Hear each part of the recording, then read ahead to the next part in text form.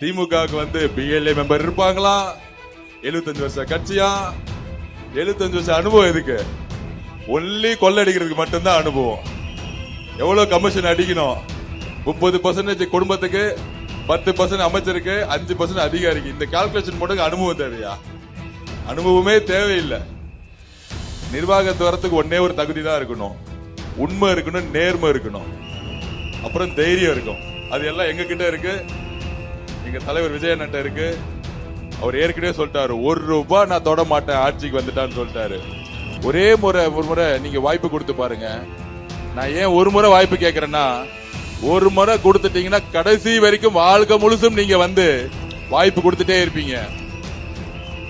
உங்களுக்கு தெரியும், ஆப்போசிட்ல இருக்கக்கூடிய டிஎம்கே இருக்க ஒன்னே ஒண்ணுதான். பாவம் அந்த வேட்பாளர் அண்ணா நகர்ல நிக்க வேண்டியது அழுவ வச்சுட்டு இங்க கூட்டிட்டு வந்துட்டாங்க. முத நாளே அழுதாரு, இப்ப வரைக்கும் அழுதுட்டே இருப்பாரு. நெக்ஸ்ட் மாசம் 4ஆம் தேதி அழுதுகிட்டு அப்படியே அண்ணா நகர் போயிடுவாரு. என் வீட ஷூட் பண்ணிட்டு நான் இங்க வந்துட்டேன், இப்ப முடிஞ்சிட்டு நான் அங்கதான் தங்க போறேன். சோ அதனால என்னுடைய அம்மாக்களா இருக்கக்கூடிய என்னுடைய ஃப்ரெண்ட்ஸ், என்னுடைய தங்கைகள், என்னுடைய குடும்பம், எனக்கு சின்ன வயசுலயே அம்மாவை நான் இழந்துட்டேன். இந்த குடும்பத்துல ஒரு என்ன வேட்பாளரா பார்க்காதீங்க, ஏன் எம்எல்ஏ ஆனா, ஏன் மினிஸ்டர் ஆனா கூட என்ன அப்படி பார்க்காதீங்க. இங்க இருக்கக்கூடிய ஒவ்வொரு குடும்பத்திலயும் என்ன ஒரு மகனா உங்களை பாருங்க, ஒரு அண்ணனா பாருங்க, ஒரு தம்பியா பாருங்க. ஒரு முறை மட்டும் ஓட்டு காசு வாங்காம, இல்ல காசு கொடுத்தாலும் வாங்கிக்கிட்டு ஒரு முறை மாற்றத்தை கொண்டு வாங்க. ஒட்டுமொத்த தமிழ்நாடு மாறும். ஒவ்வொரு எம்எல்ஏ ஜெயிக்கும் போது எங்களுடைய அண்ணன் தலைவர் விஜய் அவர்கள் முதலமைச்சரா வரும் பொழுது மிகப்பெரிய மாற்றம் வரும். நான் தவறு செய்திருந்தா கொஸ்டின் கேட்கணும். அதை வச்சு நான் நீங்க சொன்னீங்களே, தப்பு செஞ்சீங்களே அப்படின்னு எதிர்காலத்துல கொஸ்டின் கேட்கணும். அப்படி ஒரு அரசியலுடைய விழிப்புணர்ச்சி இந்த ஒரு வருஷமா தமிழ்நாடு முழுசும் உருவாகியிருக்கு. இது ஜனநாயகத்துல மிகப்பெரிய ஒரு விஷயம், நல்ல விஷயம். எப்பொழுதும் திமுக 2வது தாட்டி ஜெயிச்சதா சரித்திரமே கிடையாது. நான் திருப்பி சொல்றேன். சும்மா மீடியா ஒரு 200 பேர் வந்து யூடியூப்ல உட்கார வச்சுக்கிட்டு ஒண்ணுமே பண்ணல. எங்க தலைவர், எங்க அண்ணன் விஜய் அண்ணன் சினிமா விட்டுட்டு 300-400 கூட சம்பளத்தை விட்டுட்டு வந்துட்டு நான் மக்கள் நல செய்ய போறேன்னு வராங்க. ஆனா திமுக ஜெயிச்ச பிறகு என்ன பண்ணாங்க, ரெட் ஜெயின்ட்ங்கிற ஒரு நிறுவனத்தை உருவாக்கி வாரம் ஒரு படம் ரிலீஸ் ஆகுது. நீங்க தியேட்டர்ல போய் பாப்பீங்களா, என்ன பேர் வருது? Red giant. இந்த தேர்தல் பணபலத்துக்கும் ஒரு உண்மையான நேர்மையான ஒரு ஆட்சி உருவாக்குமான தேர்தல். தெய்வத்தால் ஆகாத முயற்சி தன் மெய் வருத்த கூலி தரும். எல்லோருக்கும் வணக்கம். குறிப்பா அண்ணா நகர் வெஸ்டா இருக்கக்கூடிய தங்கம் காலனியில் இருக்கக்கூடிய, நான் அங்கிருந்து ஒரு 1/2 hourல வர வேண்டியது. ஆனா 2 மணி நேரமா என்னை வந்து ஒவ்வொரு வீட்லயும் கதவை திறந்து, முக்கியமா அம்மாக்களா இருக்கக்கூடிய மொத்த குடும்பமும், அம்மாவும் சரி, பொதுவா அப்பாக்கள்லாம் வந்து திமுக ஓட்டு போட்டிட்டு இருந்தாங்க. இப்ப அம்மாவும் சரி, தன்னுடைய பசங்களும் சரி, குட்டி குழந்தைங்களும் சரி, அப்பா கையை பிடிச்சி இழுத்துட்டு வந்து இன்னைக்கு ஃபுல்லா வெள்ளிவாக்கத்துல பாக்குற வீடு கதவை திறந்து கேட்டுக்கிட்ட எல்லாரும் நின்றுட்டு இருக்காங்க. ஸோ அதனாலதான் வர்றதுக்கு லேட் ஆயிருச்சு.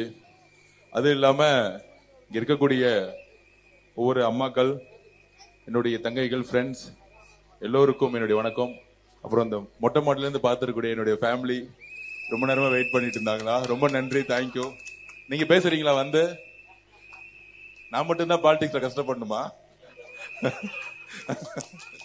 நீங்களும் கொஞ்சம் மேடை ஏறி பேசலாமே. எப்ப பார்த்தாலும் நானே பேசிட்டு இருக்க வேண்டியதா இருக்கு. யாராச்சும் பேசுறீங்களா? தங்கம் காலனில இருந்து வந்து பேசுறீங்களா? பொதுவா நான் இன்னும் அரசியல்வாதி எல்லாம் ஆகல, இப்பதான் வெள்ளை சட்டையை போட்டு விட்டாங்க. நானே கலர் சட்டையை போட்டு வரனால விட மாட்டேங்கிறாங்க. ஒரு மாற்றத்தை உருவாக்குறதுக்காக எங்க அண்ணன் உங்க புள்ள விஜய் அண்ணன் கட்சியை ஆரம்பிச்சாரு. கட்சியை ஆரம்பிச்சது மிச்சம்தான். சென்னையில வந்து பிரச்சாரம் பண்ணா கூட போலீஸ் பர்மிஷன் கொடுக்க மாட்டேங்கிறாங்க. அந்த அளவிற்கு நம்ம பழைய முக ஸ்டாலின் அவருக்கு பயமா இருக்கு. சோ திருச்சியில பிரச்சாரம் முடிஞ்சிச்சு. இங்க வெள்ளிவாக்கத்துல உங்க முன்னாடி, இப்ப கூட நான் வரதுக்கு முன்னாடி ஒரு இடத்துல 500 ஃபேமிலி கிட்டத்தட்ட நைட்டு ஃபுல்லா ஒரு வாரமா கரண்ட் இல்லைன்னு சொல்லிட்டு அழுதாங்க. இந்த வெள்ளிவாக்கத்துல என்னடா தம்பி, ஓம் சக்தி பராசக்தி திமுக சிஎஸ்சி கத்திக்கிட்டு இருக்காங்க. ஹாய் தம்பி, யார பார்த்து? திமுகவுக்கு வந்து பிஎல்ஏ மெம்பர் இருப்பாங்களா, 75 வருஷ கட்சியா, 75 வருஷ அனுபவம் எதுக்கு? ஒன்லி கொள்ளடிக்கிறதுக்கு மட்டும்தான் அனுபவம். எவ்வளவு கமிஷன் அடிக்கணும்? 30% குடும்பத்துக்கு, 10% அமைச்சருக்கு, 5% அதிகாரிக்கு. இந்த கால்குலேஷன் மட்டும் அனுபவம் தேவையா? அனுபவமே தேவையில்லை. நிர்வாகத்து வரத்துக்கு ஒன்னே ஒரு தகுதி தான் இருக்கணும். உண்மை இருக்கணும், நேர்மை இருக்கணும், அப்புறம் தைரியம் இருக்கும். அது எல்லாம் எங்க கிட்ட இருக்கு. எங்க தலைவர் விஜயண்ணட்ட இருக்கு. அவர் ஏற்கனவே சொல்லிட்டாரு, 1 ரூபாய் நான் தொட மாட்டேன் ஆட்சிக்கு வந்துட்டான்னு சொல்லிட்டாரு. 10% சொன்னாங்க, அப்புறம் 25% சொன்னாங்க. இப்ப என்ன சொல்லிட்டு இருக்காங்கன்னா, அவர் கிங் மேக்கர் தான் ஆவாரு. கிங் மேக்கர்னா என்ன? யாரும் முதலமைச்சர் ஆக மாட்டாங்க, இவர் சொல்றதுதான் முதலமைச்சர் அப்படின்னு இன்னையில இருந்து மதியானத்துல இருந்து ஆரம்பிச்சுட்டாங்க ஒரு குரூப். காலைல கூட மீடியா கேட்டேன், Vijay will become king or king மேக்கர்னு சொன்னேன். நான் சிம்பிளா சொன்னேன், we are not monarchy. அப்படின்னா நான் மன்னராட்சி உருவாக்க வரல, நாங்க மன்னர்கள் கிடையாது. இந்த கிங்க உருவாக்குறது, இந்த கிங் மேக்கரை உருவாக்கலாம் கிடையாது. எங்க அம்மா சாதாரண விவசாயி, கஷ்டப்பட்டாங்க, சின்ன வயசுலயே செத்துட்டாங்க வறுமைனால. நான் இங்க ஒரு வில்லிவாக்க வேட்பாளர் போது எங்க வறுமை இருக்கோ, எங்க பிரச்சனை இருக்கோ, எங்க சுத்தமான தண்ணீர் இல்லையோ, எங்க ரோடு இல்லையோ, எங்க டிரைனேஜ் இல்லையோ, எங்கெல்லாம் வறுமையான மக்கள் நம்ம பாரதியார் காலனில இருக்கிற மாதிரி எங்கெல்லாம் இருக்கோ அங்க நிக்கணும்னு வந்தேன். கடந்த 10 நாளா இப்பதான் முதல்ல என்ன வண்டியில ஏத்துனாங்க. நான் சொல்றேன், இல்ல நடந்தே போறேன். நான் ஒரு ஸ்போர்ட்ஸ்மேன், நான் பாஸ்கெட் பால் நேஷனல் பிளேயர். காலையில 7 மணில இருந்து 12:30 மணி வரைக்கும் நடந்துகிட்டு இருக்கேன். பாவம் அக்கா எல்லாம் என் கூட நடந்து அக்கா எல்லாம் கொஞ்சம் வெயிட் எல்லாம் லாஸ் பண்ணிட்டாங்க. நான் சொன்னேன், அண்ணன் கொஞ்சம் சாப்பாடு எல்லாம் கொஞ்சம் நிறைய கொடுக்கணும். என் கூட நிறைய பேர் வெயிட் லாஸ் ப்ரோக்ராம் பண்ணிட்டு இருக்காங்க. அதனால ரொம்ப கஷ்டப்பட்டு இருக்காங்க. நான் 5 மணி நேரம் இல்ல 8 மணி நேரம் கூட நடப்பேன். சோ ஈவினிங் நடக்கலான்னு பார்க்கும்போது இல்ல, எல்லா இடத்துலயும் லைட் இல்ல, இருட்டா இருக்கு, எங்க பார்த்தாலும் தெருவில் லைட் இல்ல, அதனால நீங்க வண்டியில லைட் போட்டு வந்துருங்கன்னு சொல்லிட்டு கூட்டிட்டு வந்தாங்க. சோ அந்த மாதிரி என் தங்கம் காலனி வர்றதுக்குள்ள ஒரு இடத்துல 500 குடும்பம் வீட்டுல கரண்டே இல்லைன்னு பிரச்சனை பண்றாங்க. ஆனா 5 வருஷமா எம்எல்ஏ ஆபீஸும் இல்ல, எம்எல்ஏவும் காணோம். அதுக்கு முன்னாடி இருந்தவர் ரியல் எஸ்டேட் ரவுடித்தனம் பண்ணிட்டு இருந்தாரு. அவர் பேர் ரங்கராஜன் ஏதோ சொல்றாங்க, ஆக்சுவலா அவர் பேரும் தெரியல. 10 வருஷமா வில்லிவாக்கம் புறக்கணிக்கப்பட்டிருக்கு. இதெல்லாம் மாற்றணும். ஒரே ஒரு முறை நீங்க வாய்ப்பு கொடுத்து பாருங்க.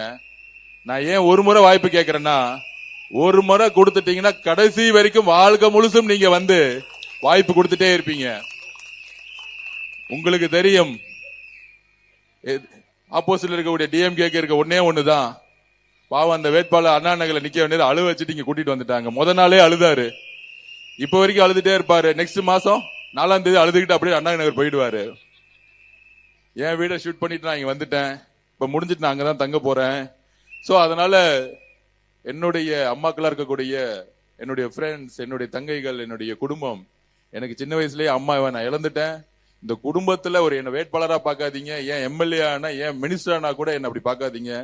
இங்க இருக்கக்கூடிய ஒவ்வொரு குடும்பத்திலும் என்ன ஒரு மகனா உங்களை பாருங்க, ஒரு அண்ணனா பாருங்க, ஒரு தம்பியா பாருங்க. இது ஏதோ நான் தேர்தலுக்காக சொல்றேன்னு நினைக்காதீங்க. நான் அன்னைக்கு லாஸ்ட் டைம் நாங்க உட்கார்ந்துட்டு இருக்கும்போது பாட்டில வச்சு என்னுடைய அம்மா மாதிரி ஒரு வயசுல அடிச்சாங்க. அவங்க ஹாஸ்பிட்டல் அட்மிட் ஆனாங்க. அன்னைக்கு நான் உணர்ச்சி வசப்பட்டு ஒன்னு சொன்னேன். எனக்கு சின்ன வயசுல 4 வயசுலயே அம்மா எல்லாம் இறந்துட்டாங்க. ஆனா இந்த வில்லிவாக்கம் தொகுதி வந்தவொடனே ஒவ்வொரு வீடா முதல்ல வெளியே வர்றது அம்மாக்கள் தான் வெளியே வருவாங்க. அதுக்கப்புறம் குட்டி குட்டி வாண்டுஸ், அதுக்கப்புறம் என்னுடைய தங்கைகள், என்னுடைய அக்காக்கள் எல்லாம் வரும்பொழுது ஓடி சொல்றாங்க, நீங்க வாங்க நல்லது செய்யுங்கன்னு சொல்றாங்க. அப்ப ஒவ்வொரு குடும்பமா தான் நான் என்ன பாக்குறேன்.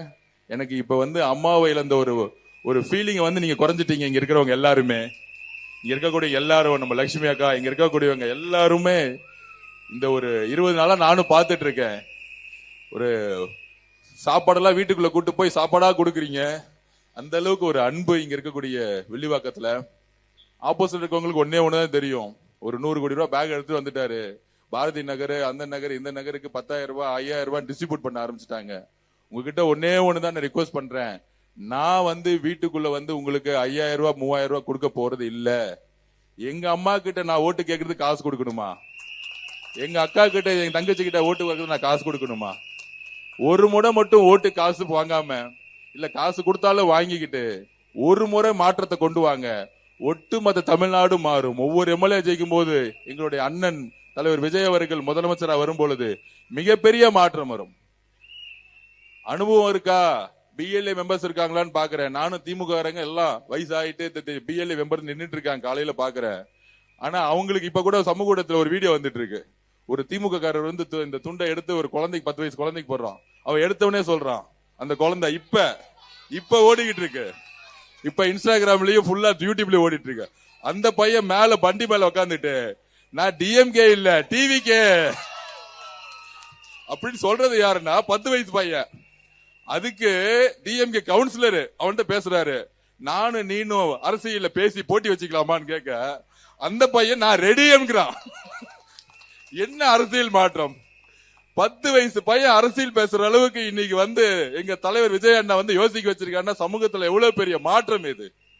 அரசியலே வேண்டாம், நம்ம உண்ண உணவு பத்தி யோசிப்போம், உடைய பத்தி யோசிப்போம், நல்ல வீடை பத்தி யோசிப்போம். அதோட சேர்ந்து 4வது ஒண்ணு பத்தி யோசிக்கணும், நல்ல அரசியலை யோசிக்கணும். அப்படி நல்ல அரசியலை யோசிக்கலன்னா உண்ண உணவு இருக்காது, துணிமணியும் கழட்டிட்டு போயிடுவாங்க, இருக்கிற வீடு இடிச்சிருவாங்க, சத்யா நகர் மாதிரி. சோ இது மூணுத்துக்கு அடிப்படை என்னன்னா, நம்ம அரசியலை பத்தி பேசணும். நான் தவறு செய்திருந்தா கொஸ்டின் கேட்கணும். அதை வச்சு நான் நீங்க சொன்னீங்களே தப்பு செஞ்சீங்களே அப்படின்னு எதிர்காலத்துல கொஸ்டின் கேட்கணும். அப்படி ஒரு அரசியலுடைய விழிப்புணர்ச்சி இந்த ஒரு வருஷமா தமிழ்நாடு முழுசும் உருவாகியிருக்கு. இது ஜனநாயகத்துல மிகப்பெரிய ஒரு விஷயம், நல்ல விஷயம். குறிப்பா பெண்கள் இன்னைக்கு கொஸ்டின் கேட்கறாங்க, நீ 5000 ரூபாய் கொடுக்கற ஓகே, ஆனா நீங்க எந்த ஸ்கீம்ஸ் ஏன் வந்து டெலிவரி பண்ணல அப்படின்னு கேட்கறாங்க. பெண்கள் பாதுகாப்புக்கு இல்ல. இன்னைக்கு நான் வரும்போது நிறைய தெருவில் சொல்றாங்க, நிறைய காலனில எல்லாம் சொல்றாங்க, என் பெண்கள் வந்து ரோட்ல வந்து ஒரு 10 மணிக்கு மேல வந்து ஒரு ஆபீஸ் போயிட்டு தெருவில் நடந்து வர முடியல, எங்க பார்த்தாலும் இருட்டா இருக்கு, ஒரு லைட்டு கூட போடல, சிசிடிவி கேமரா வந்து எந்த தெருவிலுமே இல்ல, அப்ப எங்களுக்கு பாதுகாப்பு எங்க இருக்கு வில்லிவாக்கத்துல அப்படின்னு வந்து இங்க இருக்கக்கூடிய பல்வேறு தாய்மார்கள் கேட்டு இருக்காங்க. கண்டிப்பாக எலெக்ஷன் முடிஞ்சு ஒரே ஒரு மாசம் தான் இருக்கு, முடிஞ்சு எம்எல்ஏவா நீங்க உங்களுடைய சப்போர்ட்டோட தேர்ந்தெடுக்கப்பட்ட பிறகு எல்லா தெருவிலும் சிசிடிவி பொருத்தப்படும், பெண்களுடைய பாதுகாப்பு உறுதிப்படும். இங்க ஒரு சென்ட்ரல் சிஸ்டம், ஒரு வார் ரூம் கிரியேட் பண்ணி எல்லா தெருக்களும் மானிட்டரிங் பண்ணக்கூடிய ஒரு சென்ட்ரல் கமாண்ட் சிஸ்டத்தை உருவாக்கப்படும். அப்புறம் இன்னொரு பிரச்சனை இருக்கு வில்லிவாக்கத்துல வரும்போது, அது வந்து எனக்கு வந்து ஒரு ஷாக்கிங்கா இருந்துச்சு. 6 மாசத்துக்கு முன்னாடியே எனக்கு தெரியும். அது என்ன பிரச்சனை அப்படின்னா, எல்லா தெருவிலையும் மாடை விட்டுருக்காங்க. என்ன மனுஷனோட மாடுதான் அதிகமா இருக்கு எல்லா தெருவிலையும். நான் நடந்து போறேன், எங்க பார்த்தாலும் சாணிதான் இருக்கு, ரோட்ல வந்து நடந்து கூட போக முடியல. அப்ப அங்க இருக்கக்கூடிய எல்லா மக்களும், ஐநாவரத்துல இருந்து எல்லா மக்களும் சொல்றாங்க, எல்லா மாடு பாட்டி காலையில இருந்து வந்து சுத்திக்கிட்டு இருக்கீங்க, அந்த மாடு யாருதுன்னு பார்த்தா இங்க இருக்க கவுன்சிலரோடது. ஏண்டா எந்த வியாபாரம் பண்ணு ஒரு அளவே இல்லையா, மாடை வளர்த்து மக்கள் கிட்ட விடுவீங்களா? சோ இதெல்லாம் கேட்டா ஏன் கோவப்படுறீங்க நம்மள பார்த்து சொல்லுவாங்க. அப்படி இங்க இருக்கக்கூடிய மக்கள் ஒரு மாற்றத்தை தமிழ்நாட்டுல முதல் முறையில எம்ஜிஆருக்கு அப்புறம் நான் சொல்றேன் 2011 நடந்துச்சு. அம்மா ஜெயலலிதா அம்மா 2011 இந்த திமுக ஒரு பெரிய கூட்டணி உருவாக்குறாங்க. எப்ப பார்த்தாலும் கூட்டணின்னு சொல்றாங்களே, கலைஞரும் காங்கிரஸ் கம்யூனிஸ்ட் விசிகே எல்லாரும் சேர்ந்து ஒரு பெரிய கூட்டணியை உருவாக்குனாங்க. ஆனா எதிர்கட்சியா கூட வர முடியல. எப்பொழுதும் திமுக 2வது தாட்டி ஜெயிச்சதா சரித்திரமே கிடையாது. நான் திருப்பி சொல்றேன். சும்மா மீடியா ஒரு 200 பேர் வந்து யூடியூப்ல உட்கார வச்சுக்கிட்டு ஒண்ணுமே பண்ணல. எங்க தலைவர் எங்க அண்ணன் விஜய் அண்ணன் சினிமா விட்டுட்டு 300-400 கூட சம்பளத்தை விட்டுட்டு வந்துட்டு நான் மக்கள் நல செய்ய போறேன்னு வராங்க. ஆனா திமுக ஜெயிச்ச பிறகு என்ன பண்ணாங்க, ரெட் ஜெயின்ட்ங்கிற ஒரு நிறுவனத்தை உருவாக்கி வாரம் ஒரு படம் ரிலீஸ் ஆகுது. நீங்க தியேட்டர்ல போய் பாப்பீங்களா, என்ன பேர் வருது, ரெட் ஜெயின்ட். ப்ரொடியூசர் யார் வந்து அதுக்கு தலைவர் யாருன்னா இன்பநிதி. 20 வயசு பையன் 1000 கோடி ரூபாய்க்கு வந்து ஒரு சினிமா எடுக்கிறான்னா அந்த பணம் எங்க இருந்து வந்துச்சு? இதை நாங்க தட்டி கேட்கிறோம். வேற யாரும் இல்ல. இதுவே புரட்சி தலைவர் அம்மா இருந்தா இன்னும் தூக்கி ஜெயில போட்டு குடும்பத்தையே உள்ள வச்சிருப்பாங்க, இந்த மாதிரி சினிமா தேட்டர்ல எடுத்துட்டு இருந்தா. ஆனா இன்னைக்கு யாருமே எதிர்த்து கேட்க முடியாதனால நாங்க மட்டும்தான் எந்த தைரியமா துணிவா இருந்தாலும் எல்லாத்தையும் ஏத்து நிக்கிறோம். அதனாலதான் எங்களுக்கான எல்லா அழுத்தமும் மீடியாலையும் யூடியூப்லயும் எங்களுக்கு எதிரான எல்லா தவறான கருத்துக்கள், என்ன பத்தி தலைவரை பத்தி பொய்யா தவறுகான தகவல். ஆனால் மக்கள் உண்மையை நம்புறோம். ஏன்னா ஆட்சியில் இருந்தது யாரு? அவங்கதான், திமுக தான் ஆட்சியில் இன்னைக்கு வரைக்கும் இருக்கிறாங்க. ஆனா எதுவுமே செய்யல, ஒன்லி விளம்பரம் தான்.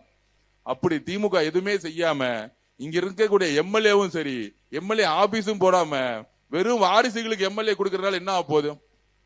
என்னுடைய வரலாறு எல்லாருக்குமே தெரியும். எங்க அம்மா ஒரு விவசாயி, வறுமையிலே சின்ன வயசுலயே வந்து இறந்துட்டாங்க. சின்ன வயசுலயே ஒண்ணுமே இல்லாம ஸ்போர்ட்ஸ் ஹாஸ்டல்ல வளர்ந்தேன். நேஷனல் பிளேயர் ஆனேன், இன்னைக்கு இந்தியாவோட பிரசிடென்டா, பாஸ்கெட்பால் ஃபெடரேஷன் ஆஃப் இந்தியாவோட பிரசிடென்டா இருந்தேன், ஒரு பிசினஸ் பண்ணேன், அதையும் வித்துட்டு இன்னைக்கு அரசியலுக்கு வந்துட்டோம். எங்க கட்சியில் இருக்கக்கூடிய ஒவ்வொரு வேட்பாளர்களும், ராயபுரத்துல இருக்கிறாரு ஒரு வேட்பாளர், அவர் யார் தெரியுங்களா? சாதாரண ஆட்டோ ஓட்டக்கூடிய ஒரு சாதாரண ஆளை இன்னைக்கு தமிழக வெற்றி கழகம் வேட்பாளர் ஆயிருக்கு. இந்த துணிச்சல் தமிழக வெற்றி, இந்த துணிச்சல் திமுக இருக்கா? ஒரு சாதாரண ஒரு ஆட்டோ ஓட்டக்கூடிய அண்ணனை தூக்கி இன்னைக்கு ராயபுரத்துல வேட்பாளர் ஆகி இருக்காரு. எத்தனை பெண்களுக்கு வந்து கையில 10,000 ரூபாய் கூட அவங்க வேட்பாளர் இருக்காங்க. 180 வேட்பாளர்களுக்கு கையில 2 லட்சம் ரூபாய் கூட பணம் கிடையாது. ஆனா அன்னைக்கு வேட்பாளரா இருக்காங்க. எங்க அண்ணன், எங்க தலைவர் வேட்பாளர்களை பணத்தை பார்த்து உருவாக்கல, நல்ல மனசும் நல்ல எண்ணமும் உழைக்கக்கூடிய தகுதி இருக்கவங்களை உருவாக்கி இருக்காங்க. இந்த தேர்தல் பணபலத்துக்கும் ஒரு உண்மையான நேர்மையான ஒரு ஆட்சி உருவாக்குமான தேர்தல். கண்டிப்பா உங்களுடைய சப்போர்ட், உங்க வீடு தேடியே 3000 ரூபாய் 5000 ரூபாய் கொடுக்க வருவாங்க. எல்லாம் நம்மளுடைய பணம் தான். எல்லாம் வாங்கி திருப்பியும் மக்களுக்கு நீங்க சர்வீஸ் பண்ணி ஒரு நல்ல வேட்பாளரை, உங்களுடைய மனசரிய எங்க தலைவர் விஜய் அவர்கள் முதலமைச்சர் ஆகணும்னா ஒவ்வொரு வேட்பாளரும் ஜெயிக்கணும். ஆதவர்ஜனாங்கிறது உங்களுடைய வீட்டோடைய ஒரு மகனாவும் தம்பியாவும் அண்ணனாவும் எடுத்துக்கிட்டு எங்களை வெற்றி பெற வைங்க. ஓட்டு கேட்க இன்னைக்கு வந்த மாதிரியே ஒவ்வொரு 3 மாசமும் இந்த தெருவில் நான் நடந்து வந்து உங்ககிட்ட என்ன பிரச்சனை நான் கேட்புங்கிற சத்திய பிரமாணம் கொடுக்கறேன். நானு அதை நான் பதிவு பண்றேன். அதனால இங்க இருக்கக்கூடிய எல்லாருக்கும் நான் சொல்றேன், இந்த சத்தியத்தை இந்த எல்லா கேமராவும் ரெக்கார்ட் ஆயிட்டு இருக்கு. அதனால இந்த சத்தியத்தை ஒவ்வொரு 3 மாசமும் என்னுடைய சொத்து கணக்குகளை நான் வெளியிடுவேன் மக்கள்கிட்ட.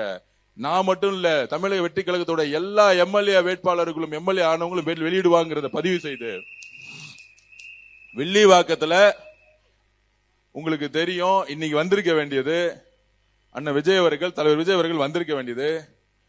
திருச்சியில பிரச்சாரம் பண்ண விட்டாங்க, ஆனா சென்னையில பிரச்சாரம் பண்ண விடவே மாட்டேங்கிறாங்க. அதுக்கு காரணம் என்ன தெரியுமா? 16 தொகுதியில 13-14 தொகுதி டிஎம்கே வாஷ் அவுட் ஆயிட்டு இருக்கு. எங்க போனாலும் திமுக. நீங்க பாத்திருக்கீங்களா? முன்னாடில 2021 எல்லா பக்கமும் திமுக வந்து கேம்பெயின் பண்ணிட்டு இருப்பாங்க, பிரச்சாரம் பண்ணிட்டு இருப்பாங்க.